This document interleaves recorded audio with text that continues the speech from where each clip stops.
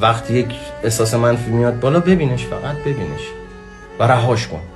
میبینی رها میکنی، میبینی رها میکنی، بهش نمیچسبی. وقتی احساسات منفی میشه بهش چسبیدی و میگی من اینو نمیخوام، من اینو نمیخوام، من اینو نمیخوام.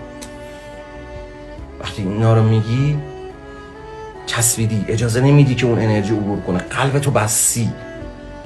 وقتی میشینی خودتو ریلکس میکنی، آروم میکنی، یا حداقل میخوای بری یه کاری انجام بدی، اون فکر رو رها میکنی، میری خودتو سرگرم یه کاری میکنی، با آرامش خودتو آروم میکنی، خودتو سرگرم یه کاری میکنی که رهات کنه، اونم تو رو رها کنه. تو اون رو رها میکنی، اونم تو رو رها کنه. چون اگر هی بخوای بهش بشینی فکر کنی، اونم تو رو رها نمیکنه.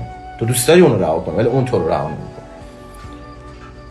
وقتی که میبینیش و نگران نمیشی و حالت بد نمیشه و آروم میشی، و اگرم حالت بد میشه حداقل این حال بدت هم میپذیری و در برابر این حال بدت تسلیم هستی و نگاهش میکنی و فقط نمیترسی.